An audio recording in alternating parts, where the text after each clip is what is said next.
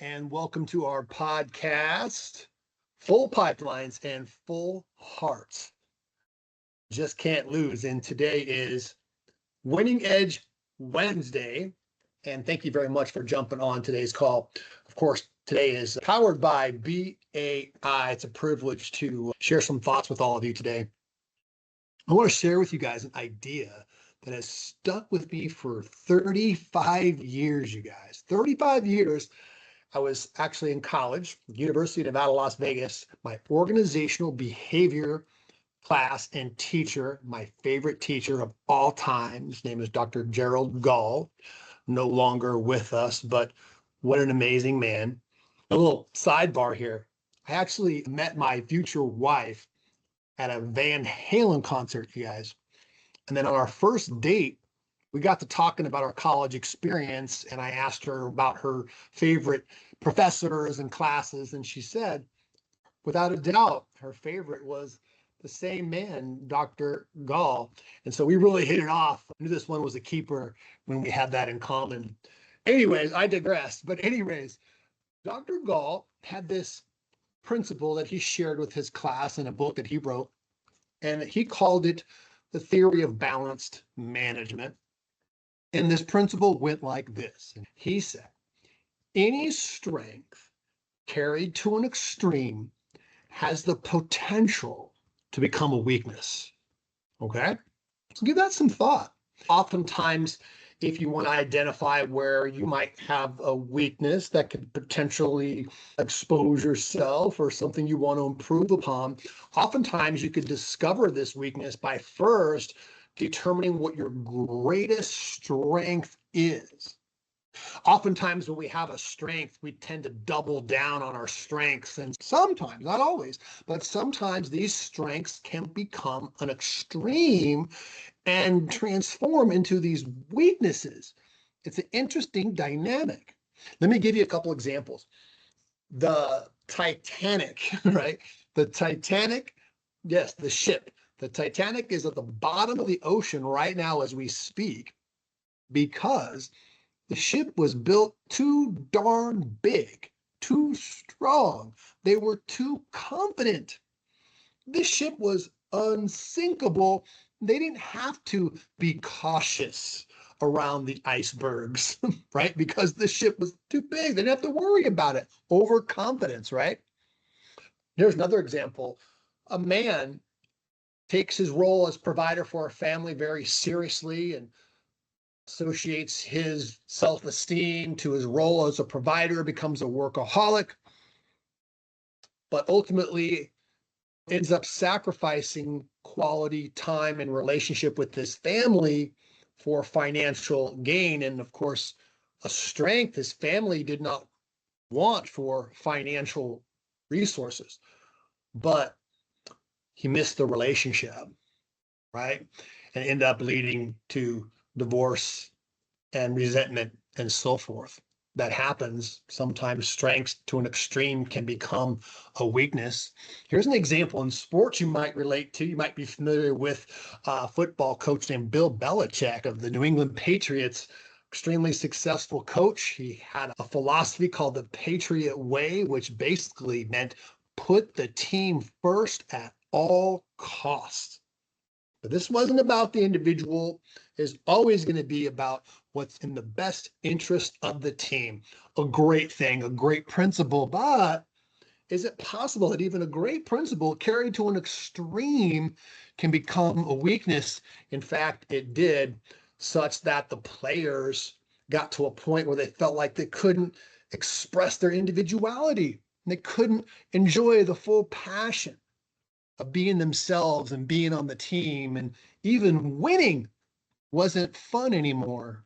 As a result, you might know the story. His Hall of Fame quarterback, Tom Brady, leaves the team and immediately goes and wins a Super Bowl with another team. Meanwhile, Bill struggles to even just win a few games, ultimately loses connection with the team and his job and his career in the NFL, you guys, right? So any strength carried to an extreme has the potential to become a weakness. And again, this is all about just being self-aware, right? and making sure that you are always working on the most important asset that you have, which is you, right? The late, great Jim Rohn had a great quote. Maybe you've heard this before. He said, if you work hard at your career, you can make a good living. But if you work hard on yourself, you can make a fortune. Now, in our industry, I believe that we have a strength that we should be mindful of. Just be aware, be mindful of this principle that any strength carried to an extreme has the potential to become a weakness. We are hyper focused on helping our clients find the right brand, the right franchise opportunity. We get fixated on this idea. Our clients are fixated on that concept of finding the right thing. And rightly, right? It makes sense. This is what we do, right? The stakes are high. Getting involved in the wrong franchise opportunity can be a disaster, right? And lead to all kinds of pain, right? And so we use our experiences, we use our knowledge, our consultation skills, our business acumen, our tools, our resources, our passion, our relationships to help our clients find the right opportunity. It's a beautiful thing. It's a beautiful thing. No doubt about it. But let me ask you, do you think it's possible that we can get so caught up trying to find the right franchise opportunity brand and forget to help our clients find success and find confidence and find reassurance, not from finding the right thing, but from within? Is that possible? I think it is. Have you noticed that sometimes even the best item 19 and fantastic validation calls and an amazing discovery day sometimes is still not enough? Sometimes, no matter what you and the franchisor does, and the boxes we try to check, it's never enough because our candidate is looking for confidence and certainty outside of themselves. I want to encourage you in your process to make room for your candidate's self-evaluation as well as brand evaluations, right? Make room for self-evaluations as well as brand evaluations. Look, our clients want to mitigate risk. Our clients want to ensure their success, and they should. After all, this is the strength of franchising. This is what franchising is all about, doing this. But I submit to you that this strength has the potential to become a weakness, especially if we create this pattern and this mindset of holding others, holding an external entity accountable and responsible for our success. That can be dangerous. If we think that it's all about just finding the right thing and not about us taking ownership and making a commitment to do what it takes to be successful, if we let that happen, then we're going to be missing the boat big time.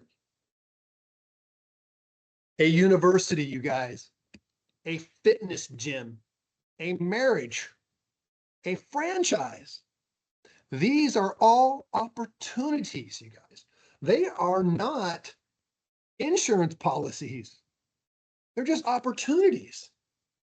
And the biggest indicator of your success, whether it's going to a university or going to the gym or involved in a marriage or a relationship or in a franchise opportunity, the biggest predictor of success is not what the average person is earning in the brand, but what you are bringing to the table.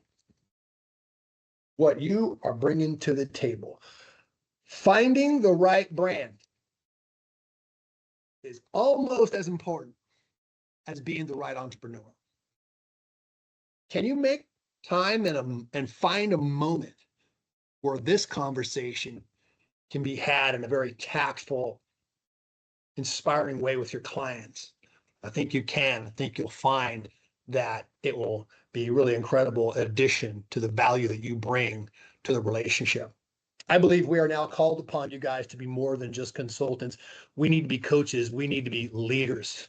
Help people not only find the right opportunity, but to commit to be the right entrepreneur.